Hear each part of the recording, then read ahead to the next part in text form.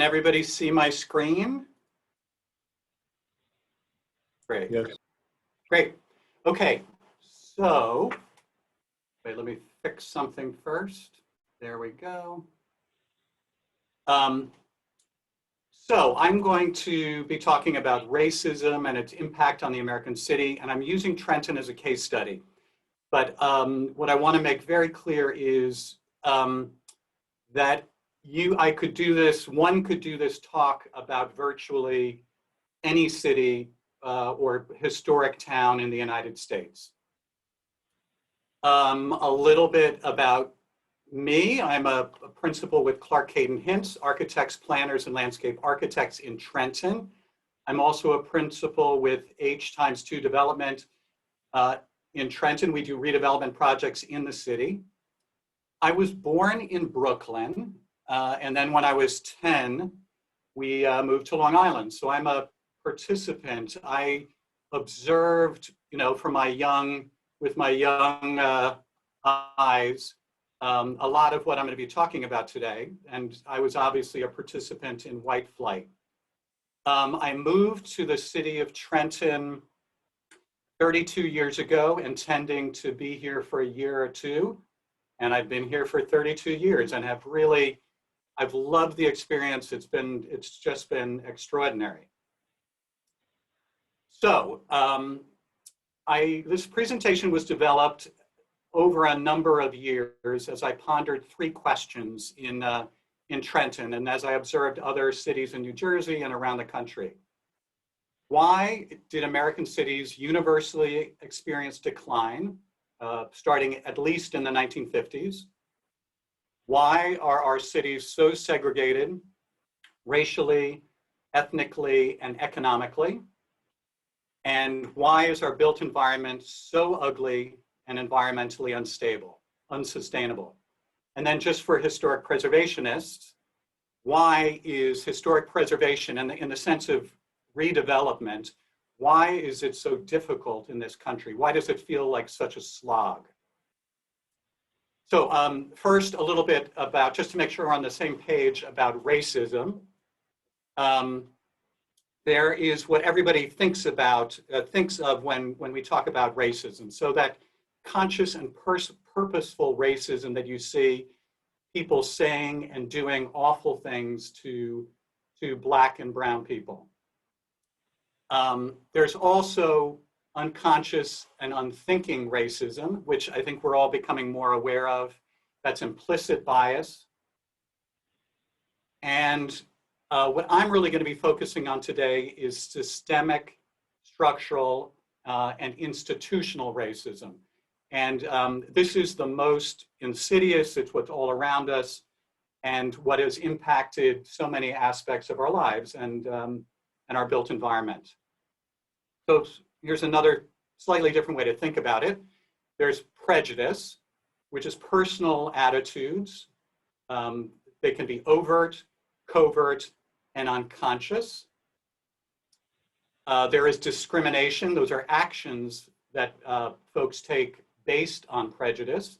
And that can be personal, and it can also be institutional discrimination. And then again, what I'm talking about today is systemic institutionalization of prejudice and discrimination. So it's kind of the system that surrounds us, that kind of guides us into racist actions. A few other ideas about racism. Racism is not inevitable. It was an invention. It played on some natural human responses.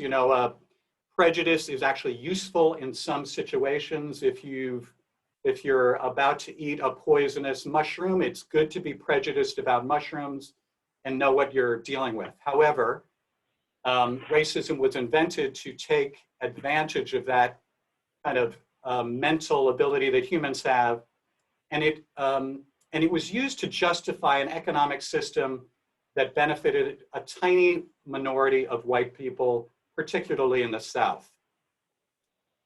It has been an unmitigated disaster for Black people for more than 400 years, as has been becoming clearer and clearer to all of us in this country. But what may not be so clear is that it has been an unmitigated disaster for American society as a whole and for white people for those 400 years. And I'm going to be talking about this in this talk. And it's, you know, as an architect and a historic preservationist, that's the lens I'm using to underscore this third point. What an unmitigated disaster it has been for us as a society. So a couple of ideas to keep in mind about American cities, or about cities in general. Development patterns that result in the built environment are a perfect reflection and embodiment of a society's predominant cultural beliefs, attitudes, and policies. And by perfect, I mean that there is a necessary correlation between the predominant cultural beliefs, attitudes, and policies, and what gets built. And America's development patterns reflect and embody the structural racism of our society.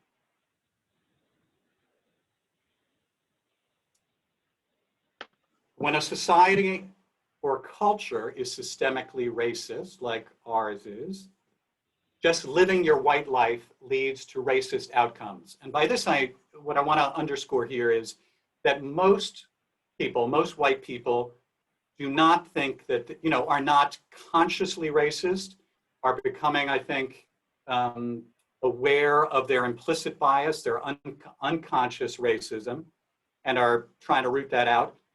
But what is not so apparent is that if you're living in a structurally racist society, just doing what you think feels normal, what are the natural choices that you make, and I'm going to underscore some of those in the talk, have actually been guided and almost forced by the racist structure of our society.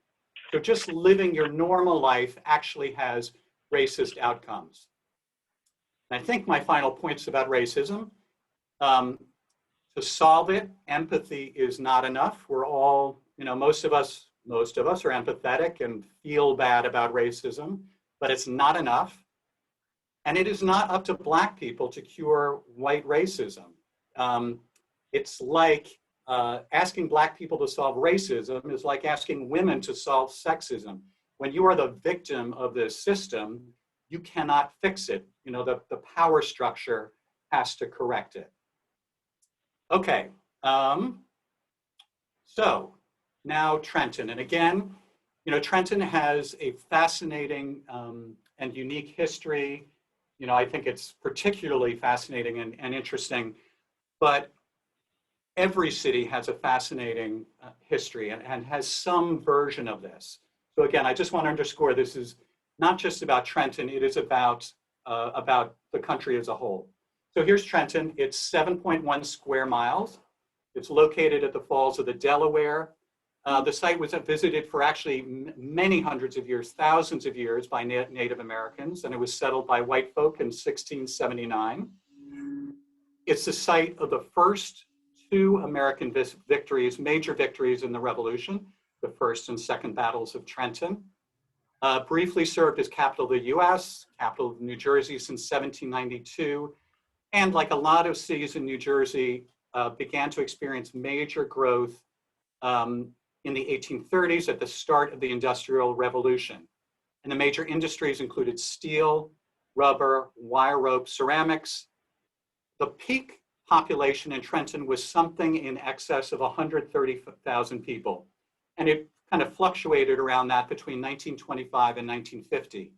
Since then, there has been a dramatic decline in population.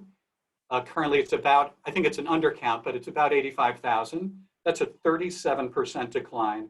And that's actually pretty typical, middle of the road for the decline, population decline that cities have experienced in the United States. There are exceptions, New York and San Francisco. They all experience their own version of this, even though they didn't have those dramatic population declines. A little bit more historic background. You know, the Trenton is named after, and shout out to Princess Hoagland here on the call, named after William Trent. He purchased 800 acres from the Quaker settlers of Trenton in 1714, and then built his fancy country house, now known as the William Trent House, in 1719. So here you can see its location on the Delaware. By the time of the Revolution, Trenton was a thriving but small town of a couple of hundred houses. Again, right on the Delaware, and here you can see, you know, the layout of the First Battle of Trenton. Even by 1798, Trenton was still quite small. It had this series of villas, including the Trent House, and then the State House, which I think is this one, on the Delaware. But by the 1830s, with the construction of the DNR Canal, just a little shout out to my neighborhood, Mill Hill, right there. And then 1840s, the growth you can see is really dramatic. And this is because of the canals and then the two railroads that were also built in Trenton. And then 1870s continued extensive, rapid growth of the city.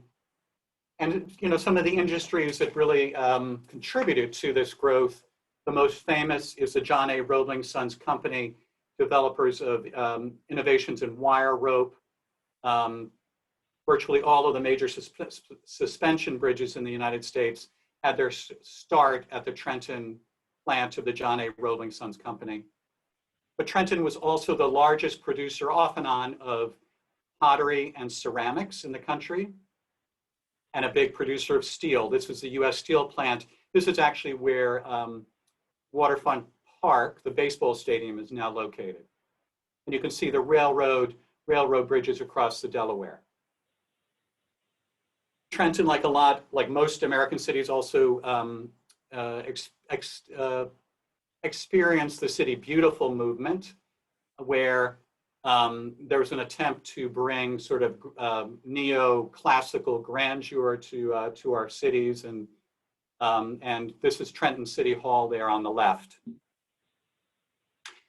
And this is 1920. So behind the State House was this beautiful big park, Stacy Park, between the State House and the Delaware River on the right. And the 1920s, this is Trenton and many American cities. This is the peak. So dense urban development, very pedestrian friendly, a well-developed public transportation system of trolleys and trains. And so this is an image of downtown Trenton. My house is just off the screen to the right. The Delaware River is just off the screen to the left. And you can see there are churches, there are civic buildings, there are bars and restaurants, there are houses, apartments, and industry, all mixed together in this dense urban fabric. And here is, this is North Broad Street, I believe, in Trenton in the early 1930s. And again, so you can see this dense, walkable development and the eclectic, interesting architecture. And this is exactly the kind of scale and architecture that we, as Americans, spend a lot of, at least before COVID, that we spend a lot of time and money on visiting European cities for. So this is East State Street. Again, a little bit later, you can see, again, how dense and walkable this is, and the eclectic architecture. Here's another image, that kind of interesting architecture, all of the pedestrians, and exactly what we visit London for. So this is actually an image of the late 1920s of London, which is very similar to our American downtowns. Again, here you see the trolley system. And even in the 1950s, once the trolley systems, most trolley systems in the United States had been dismantled, and so you can see the bus system. even in the 1950s, you can see how dense and walkable the city is. So here is Trenton in 1931 at its development peak. And it is, again, very densely developed. This is that park that I showed you, Stacy Park. The State House is kind of right here, the Trenton War Memorial. These large factories, this is the Roebling Wire Works. And the railroads coming through, the canals coming through, but very, almost uniformly developed, except for those kind of big park and industrial interventions. And so what's happening here is Trenton is at its population peak, more than 130,000. The Great Depression is hit, of course, and the Great Migration hits its peak. So the Great Migration started early 1900s and was the largest internal migration, certainly in the United States, and one of the largest in the world.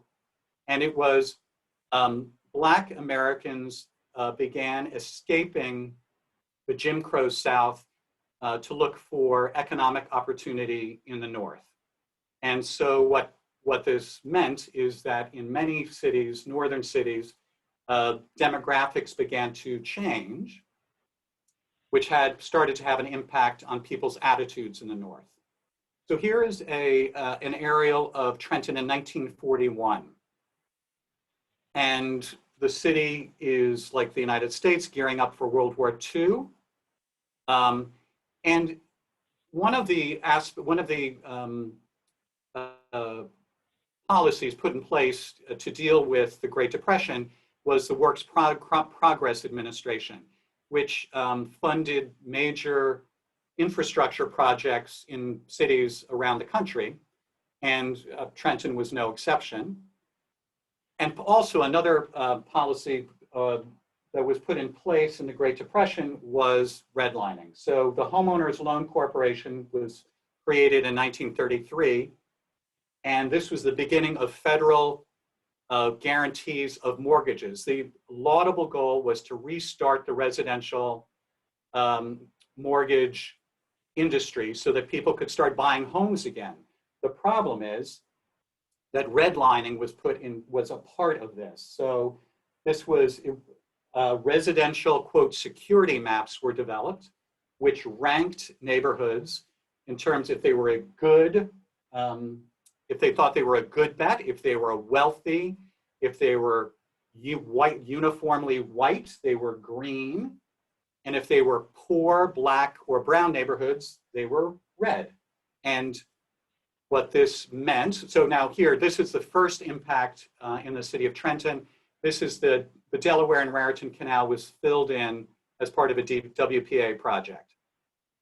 But the impact from redlining had a much longer impact in the city. Significant parts of the city were redlined, which meant that those areas, the redlined areas, you could not get a residential mortgage. And so this is the red line map of the city of Trenton. So a large portion of the downtown was redlined, and an even larger portion was yellow. So that's third grade, and those areas were considered poor risks. You might be able to get a mortgage, but it was extremely difficult. And you could see that only this part, the quote western section of Trenton, was green, and that's where you could easily get a residential mortgage. So here, this was Stacy Park in the 1920s. And in the 1940s, you can start to see what's happened. So part of the infrastructure that starts to get built is infrastructure for the automobile. And you can see the start of highways along Trenton's waterfront. This is the State House and the War Memorial, and the taking of parkland for surface parking. So now in 1958, there's continued redlining. And in 1944, another laudable bill was passed, the GI Bill, which helped to subsidize mortgages for returning GIs. The problem is that because of the way the regulations were structured, you could not get mortgages in cities, certainly in redlined areas, and it was extraordinarily difficult for returning Black and brown GIs to use the GI Bill. So in effect, the GI Bill helped to subsidize white suburbs. The interstate highway system was passed in 1956, an enormous subsidy of automobile infrastructure, which also had enormous destructive impact on American cities.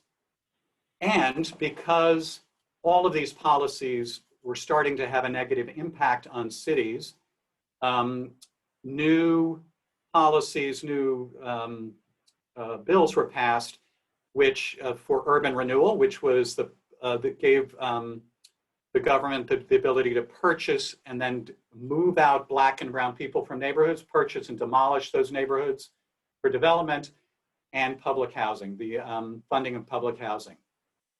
So here you can see additional areas of the city that were demolished or taken over that reflected these policies. So here's an example of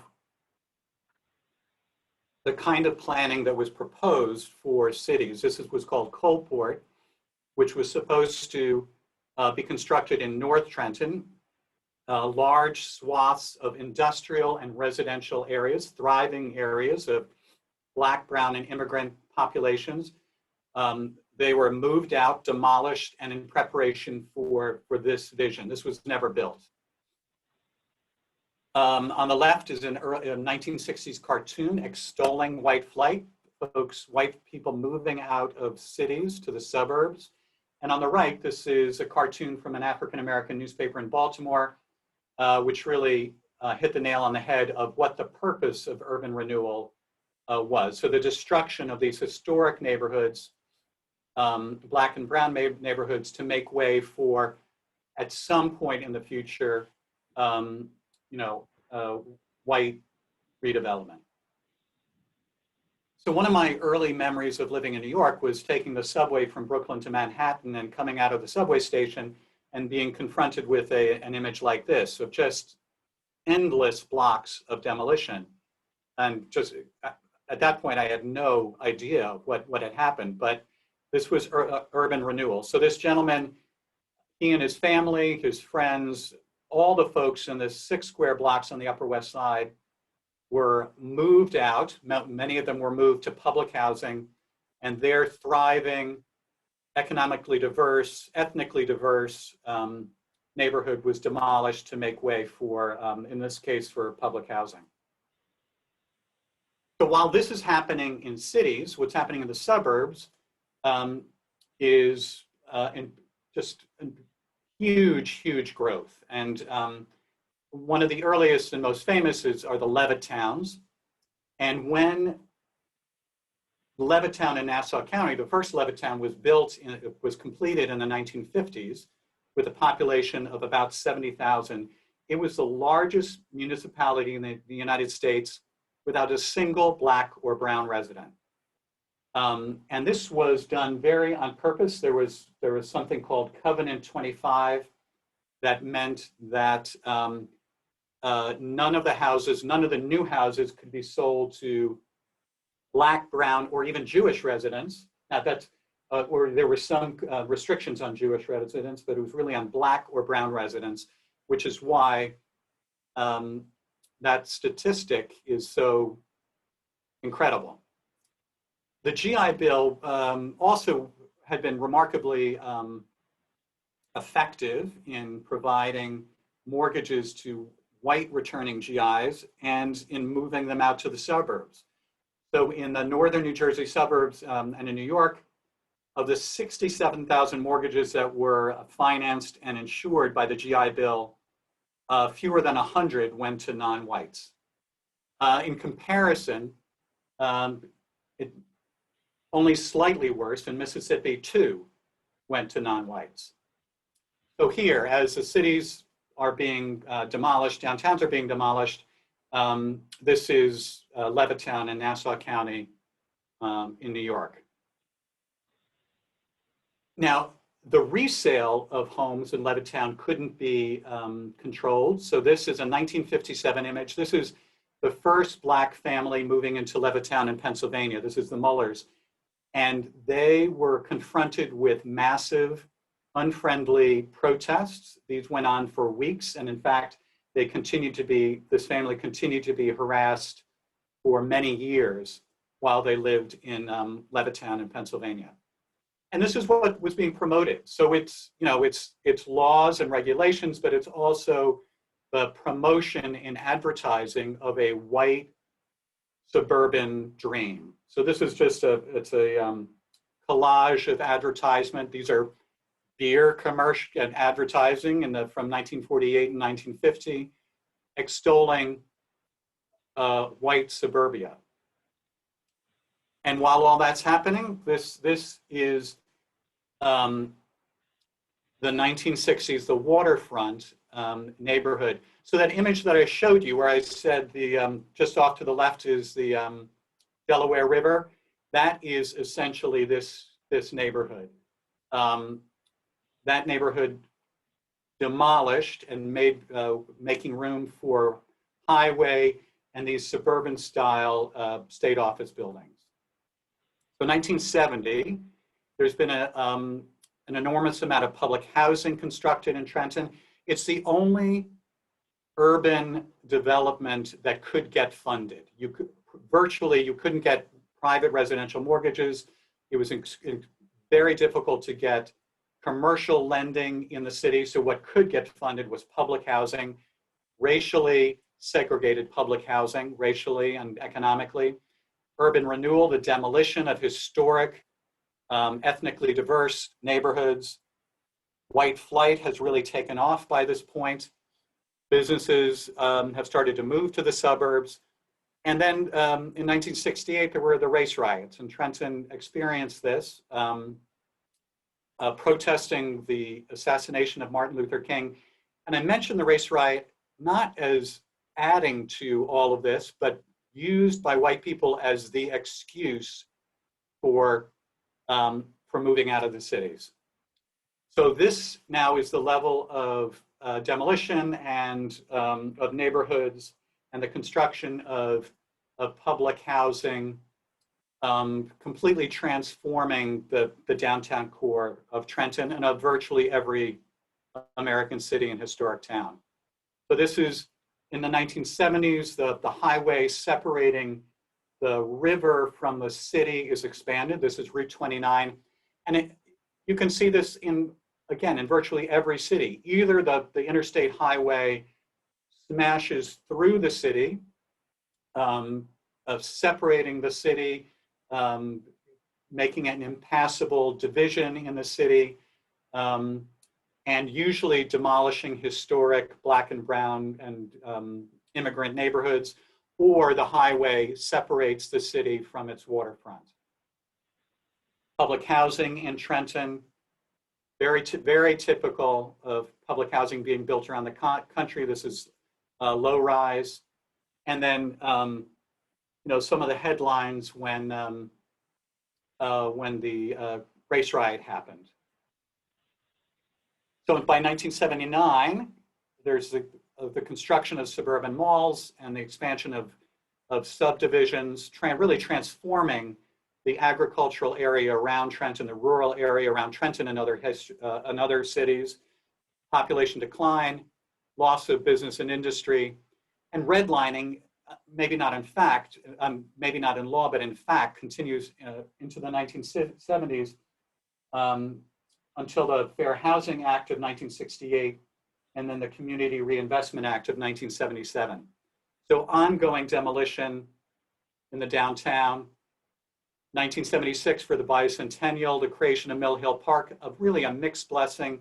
My house is right up here.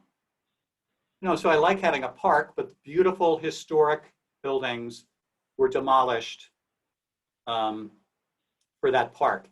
And so 1970s, here is the Trenton waterfront, that dense, ethnically diverse neighborhood, Black and brown and immigrant, has now become a sea of parking or sites for, quote, future development. And the separation of the city by Route 29 from the waterfront. So just as a little reminder, here's 1931 Trenton, that dense development. And here it is in 1995. That is how much of the downtown has really been gutted by these laws and regulations, by both intended and unintended consequences, and by implicit racial bias and all of it. So how did we get to this situation? The Great Migration changed the demographics of northern cities, and it spurred a racist backlash, openly racist backlash from folks in the North who had been covertly racist, and because there weren't that many Black people, it wasn't as obvious as in the South. Anti-urban and racist policies were implemented. Anti-urban and racist marketing promoted suburban development and the car culture. Poor and Black neighborhoods were demolished and then replaced with public housing, surface parking, and sites for future redevelopment. And public housing really concentrated economic divisions. Racist attitudes and resulting policies concentrated poverty and promoted and subsidized segregated suburban development. I have to say that the decline of the American city has been historically blamed on Black and brown people. But I hope it is obvious that this is not accurate. It is really, what we have done is we as a people, as a society, have put in place racist policies and programs that destroyed large parts of our cities, and then we blamed Black and brown people for this destruction. And this continues. It is still a slog to work in New Jersey's historic cities. In Trenton, in 2011, Governor Christie overnight eliminated $35 million in what had been termed state aid to the city of Trenton. He had all sorts of reasons for doing this overnight. But what happened, this forced dramatic layoffs and a sharp increase in already high property taxes. The state of New Jersey is the largest property owner in the city of Trenton and pays no taxes to support its use of services. And so that $35 million in state aid really ought to have been characterized as payment in lieu of taxes. But instead, every year the city of Trenton has to go to the state to beg for, quote, aid, when the state really ought to be just giving it. The other issue for Trenton and for many other cities is that more than 50% of the property in Trenton is publicly or not-for-profit owned, thus paying no property taxes, creating a huge structural flaw because so much of our funding for services is through property taxes. So in terms of our built environment, what has racism cost us? What we have traded away are walkable, vibrant, diverse cities and towns with real neighborhoods where you know your neighbors and see new, interesting, different people every day, where you can walk to stores, restaurants, to work. I walk to work, and where you could walk to cultural institutions. We have traded this kind of a city away. And what most of us, most white people live in, is we live in suburban sprawl. We have segregated neighborhoods, segregated by race, ethnicity, and now especially economics. We have the obligatory use of cars. We have anonymity. And suburbs are pretty boring. We've created the ugliest and least sustainable built environment on the planet. We have, we've created this. We traded away our cities that we pay a lot of money to visit in Europe for this, and for this, and for this, and for this. So, just as a reminder, when a society or a culture is systemically racist, just living your white life leads to racist outcomes. So what I am saying is our suburban sprawl and the destruction of our cities were not inevitable. They were planned. We planned them. And this is what we have ended up with. And therefore, empathy isn't enough. We have to do more so that redeveloping our cities, redeveloping that architecture that we all love as historic preservationists isn't so difficult, isn't always an uphill slog. That is my presentation, and I'm happy to take questions. So either, I know there are probably questions in the chat, but also, Emily, I don't know how you want to do questions. Sure. So yeah, if anybody has any questions, feel free to unmute yourself or raise your hands and I'll unmute you to ask. So let's see here. Anybody, any questions? If not, I have a question. There's some in chat too, I think. So yeah, I don't see any yet. So feel free to start your questions. I'm going to ask a question. So, as preservation professionals on the call today, can you share a little bit about how, everything that you discussed impacts the ability for maybe projects in urban areas to receive preservation funds, or can you make that connection a little bit for our crew? Sure. And, I'll start off by saying, that most historic preservationists are, I think, very pro-city and pro, we all love architecture, and and a lot of our historic architecture is in cities. So programs like the Federal Historic Tax Credit and the, New Jersey Historic Trust try to address some of the inequities. And so, at least more recently. Now, that being said, I'll start with when I first moved to Trenton in 1988. When 1989 is when my now husband and I wanted to buy a house, and it was in the Mill Hill Historic District, and we had an incredibly difficult time getting a mortgage. And at the time, I couldn't figure out why it was so difficult.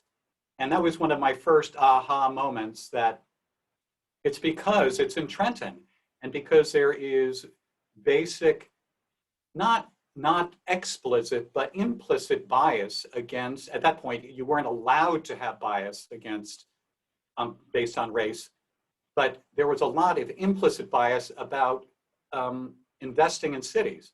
And so we've done also, I've worked on a lot of development projects as a developer, as part of a developer team in Trenton.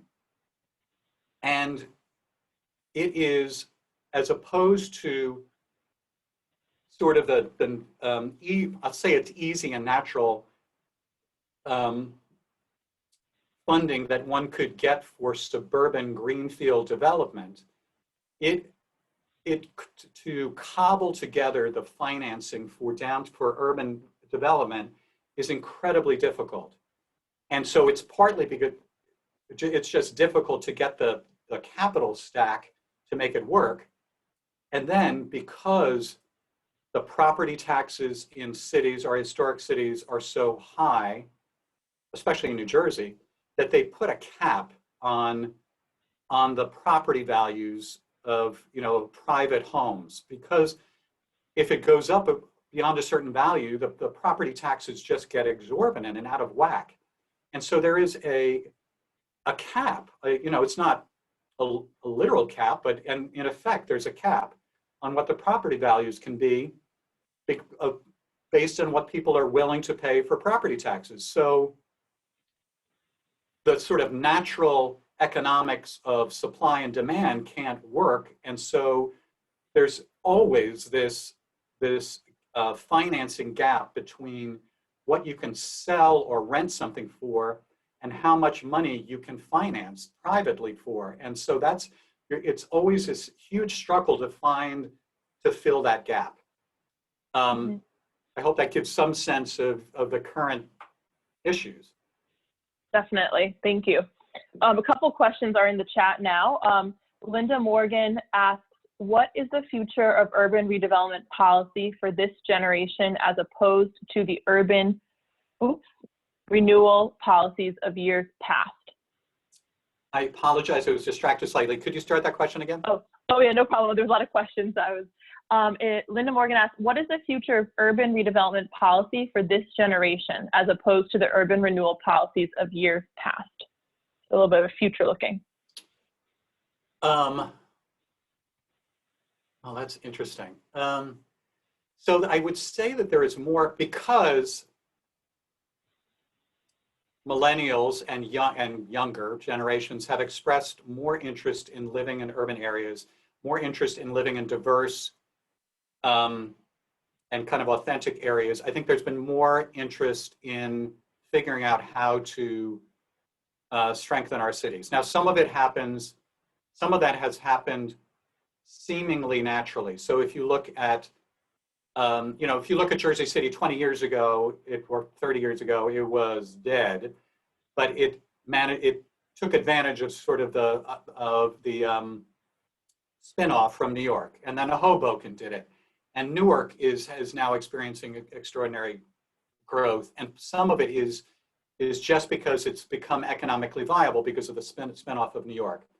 In other cities that are a little bit in New Jersey that are a little bit further away, I would say there is now, I would say there's renewed interest policy-wise in promoting redevelopment, but I don't think there's yet an understanding of the implicit bias and sort of the general racist structure of society. So the policies and incentives have been piecemeal and have been, from my experience, sort of giving with one hand and taking away with the other. So, the incentives look generous, but then if you read the fine print, the requirements add a ton of additional costs that then make it unworkable.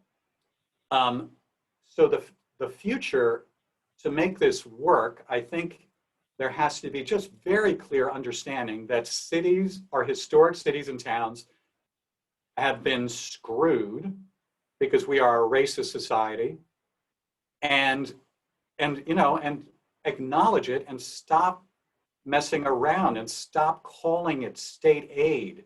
The state should be paying what it owes to the city of Trenton. The state has screwed over the urban school districts. Stop messing around and just pay for it, and stop pretending that there's something wrong with them.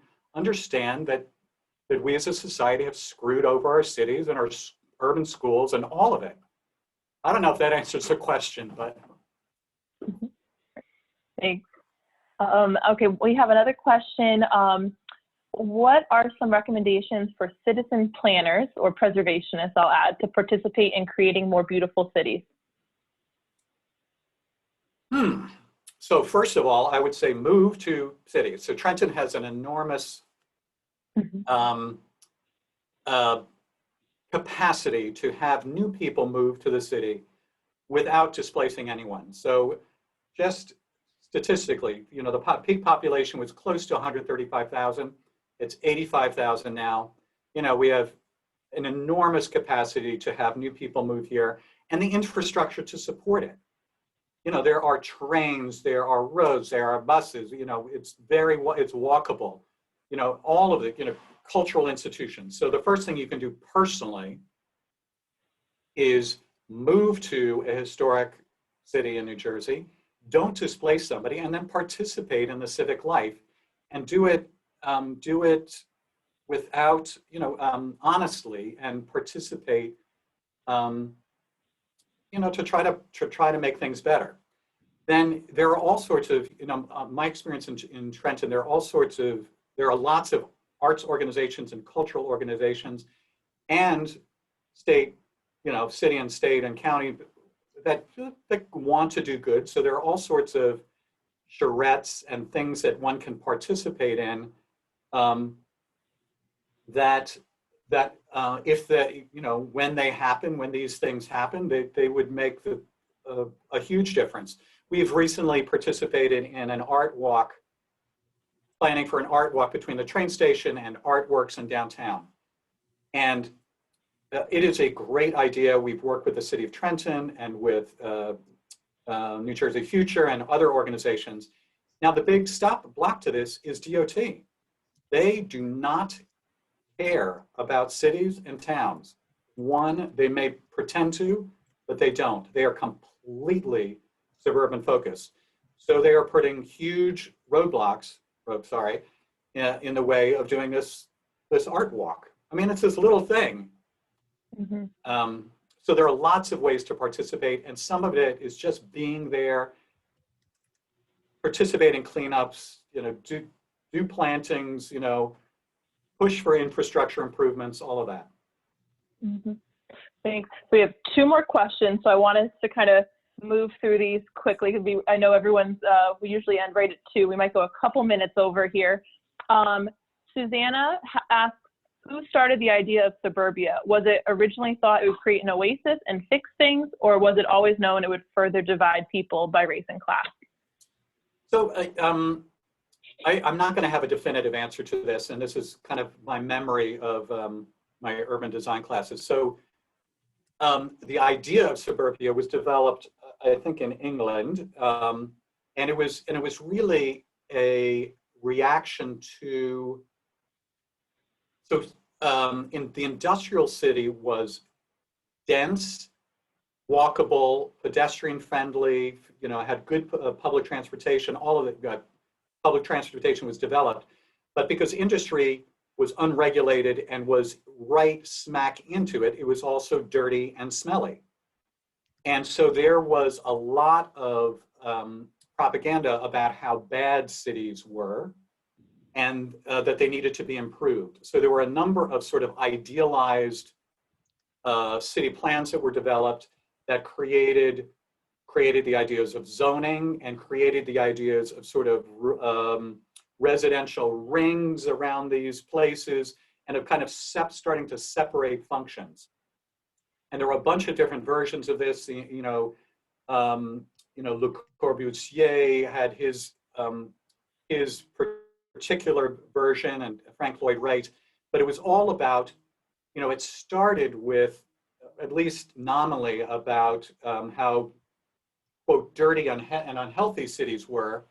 But I also think if you look closely at the language and the imagery, it was also about, it was a profound dislike, I'm going to put it this way, of humanity.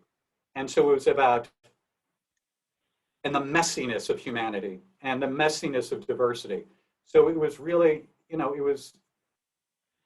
was all of that. And then it continued to develop. Thank you. So we have one more question that I'm going to ask, and then there are a couple comments I'll read before we close. So this is an important one from Kim Katie. Historic preservation has a history of racist bias through the funding or preservation of only 2% of African American historical sites. How or what can be done to rectify this? We have to do better. So that is ridiculous. And the other aspect of this, I think, I think that there is unconscious bias among historic preservationists, present company accepted, but also in architecture and planning. And it used to be incredibly obvious. It's gotten less obvious. And by that, I mean that the, quote, best architecture and planning ideas of the 50s, 60s, and 70s all involved the demolition of cities. And, for historic preservationists, it's that we have focused on high style and, the fanciest projects to spend our historic preservation dollars on. And so we have got to do better. Great.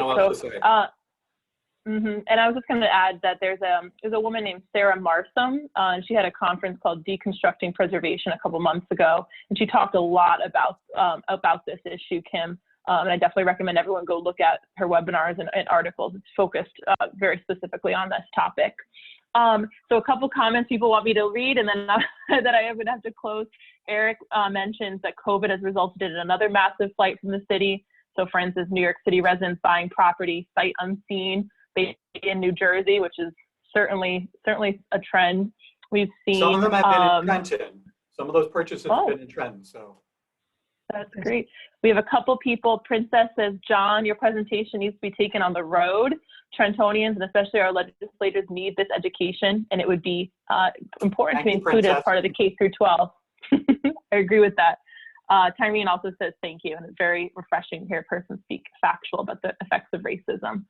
So before we close, let me just quickly share the last couple slides here so folks can see. Here's John's contact information. If you have further questions or comments, I think this was a phenomenal presentation, and so if people want to stay in touch or reach out, this is how you can do so.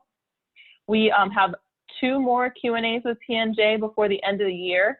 We have creating oral histories with Melissa Ziobro on our education, who's on our education committee, who also often runs these Q&A sessions.